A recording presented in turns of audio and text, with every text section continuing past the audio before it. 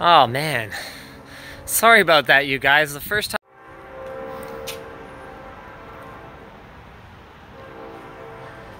And I'm on my mobile data. Okay, that was a better solution in the first place.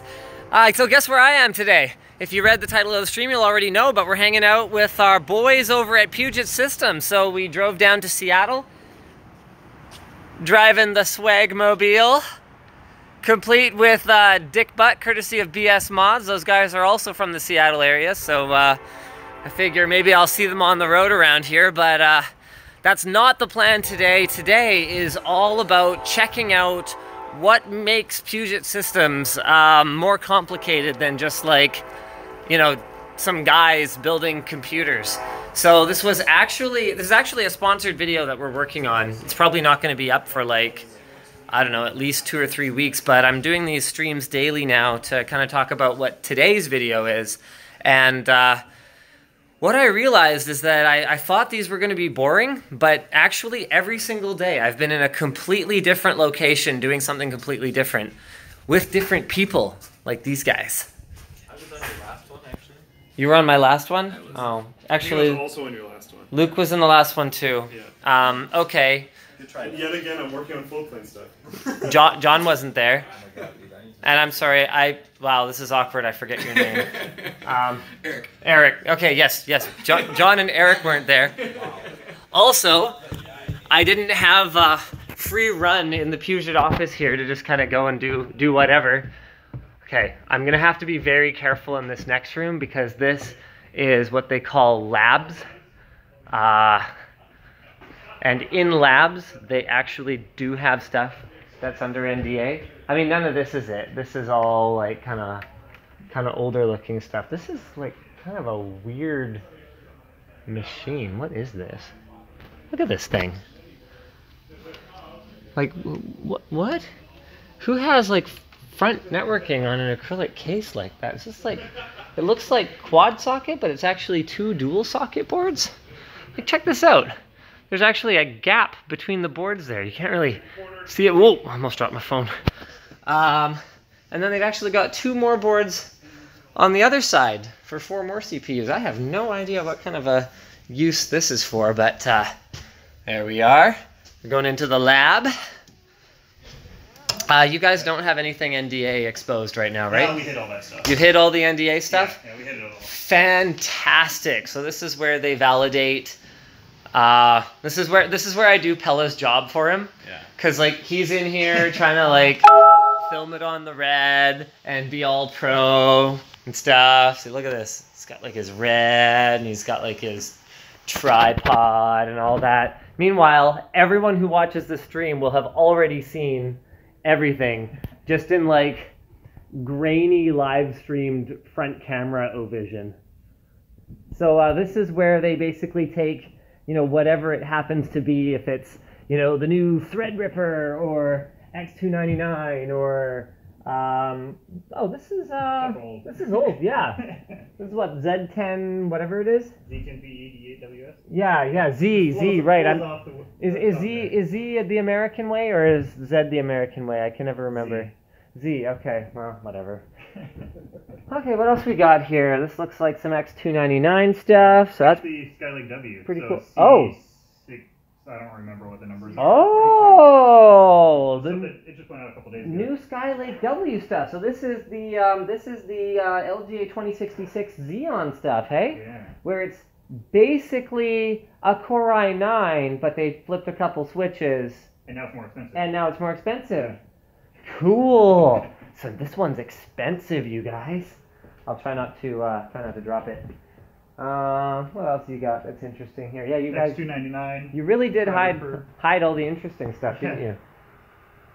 Is that, what kind of a cooler is that for Threadripper? That looks Shop cooler. That looks ghetto as hell. That's what AMD sent us. That's terrible. It's the loudest thing in the room.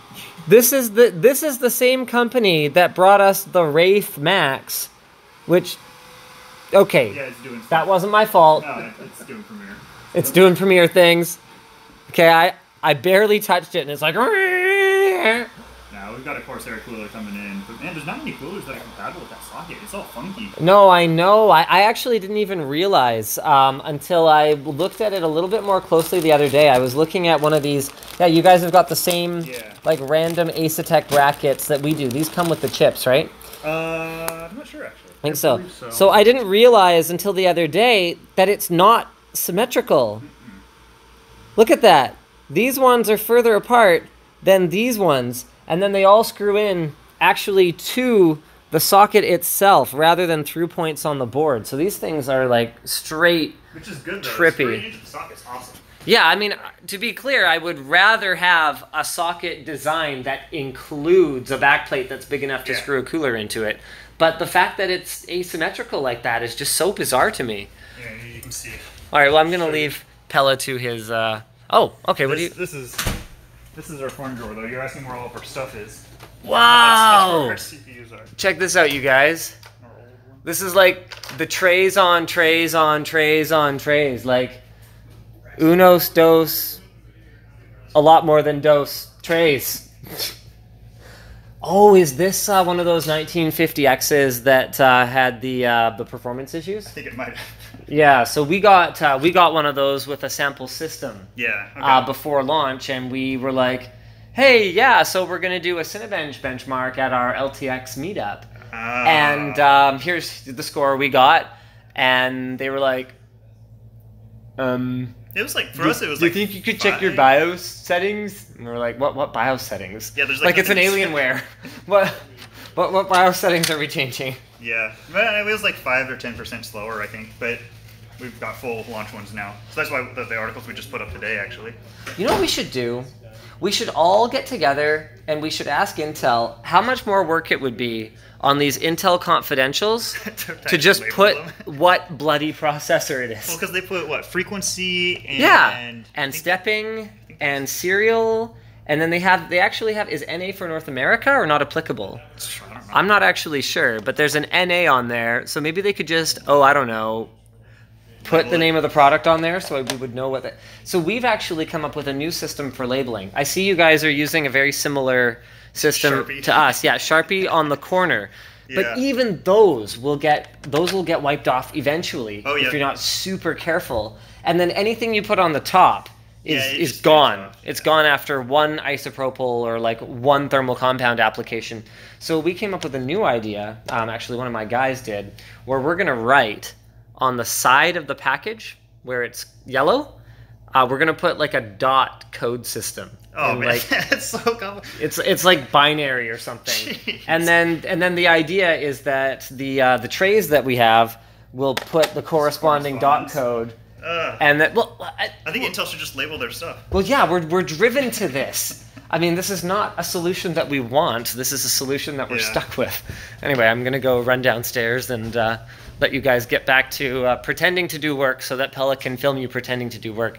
You guys would be, I mean, you probably wouldn't be amazed if you thought about it, but if you didn't think about it, you'd probably be amazed by how much of what ends up in B-roll is just people pretending to do what they're doing.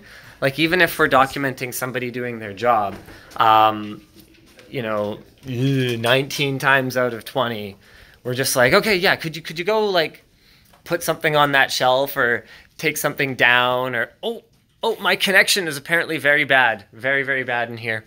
So this is, I think, Repairland, and then, you know what we're going to do? Is we're going to get a little bit closer to the edge of the building where I think my reception's a bit better, and go out into production. They have so much cool stuff here. The best has got to be the, actually no, I'm just going to turn this around because it's a little bit easier. The best are these like epic battle stations that they have set up for the guys that do QA on the systems. So they've just got like a giant counter down each side, and then all the cables are, oh man, that's heavy. All the cables are pre-cable managed for all the things. There you go. And they just line up all the systems, and then boom. Giant battle station where they've got, presumably, they've got some TrendNet KVMs over here, and then they just use those to run all the systems through the paces, and then they've actually got 2 of them. So here's one that's being used a little bit more actively. So this whole side is loaded up with systems that they're selling, and then here they are running tests on, yeah, see, other side's loaded up as well. They're running tests on all those systems. I'm a huge fan of their building stations as well, actually. They've got all their tools. They've got lighting installed right there in the top so they can really clearly see what they're doing. This place is actually set up like pretty nicely. All the drinks. Like, this is all the stuff that never makes it into the tour. Check this out. Man, I gotta make sure my staff doesn't watch this stream, because we straight up do not provide beverages to our employees for nothing at work. Don't want them looking too closely at this. This is the thermals and acoustics room. They actually haven't shown me this today, but I've been here before, so check it out. I don't know how expensive it is, but if it's a FLIR camera, it's pretty expensive. So they're actually pointing this at this system right here. I believe, don't quote me on this, but I believe Puget actually sends like a thermal shot of your system to you when they build your system. Oh crap. I do have LMG staff watching and complaining that we don't have free drinks now. Fantastic. In here is the shroud that they've got built around their acrylic cutter, as well as their, oh, they've got an Ultimaker too. Pretty sick. So this is where they engrave and cut little acrylic pieces for like the tops of water blocks, as well as whatever all this stuff is. This looks like scrap. No idea what it is. This thing looks pretty cool though. Hopefully that's not top secret. Huh. Wow.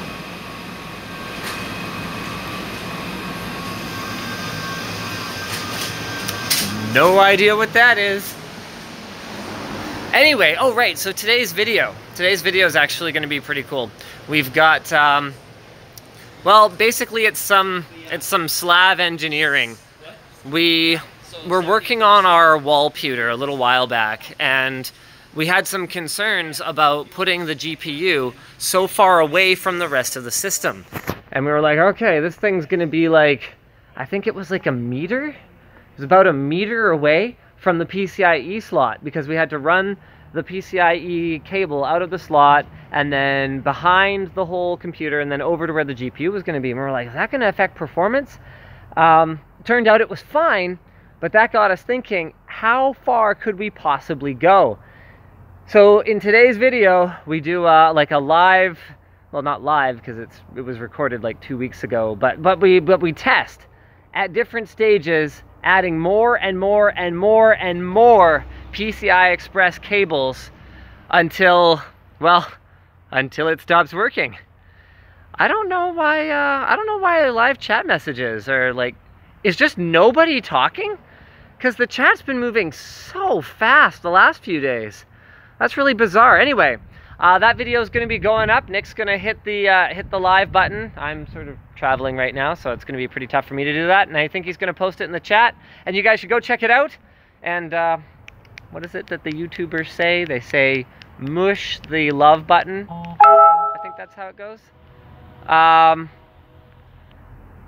Oh, apparently my connection just like isn't working very well, and the stream quality sucks. Oh, okay. Well, I'm sorry. Go watch the video, because that will be much better quality than this. Shot on red.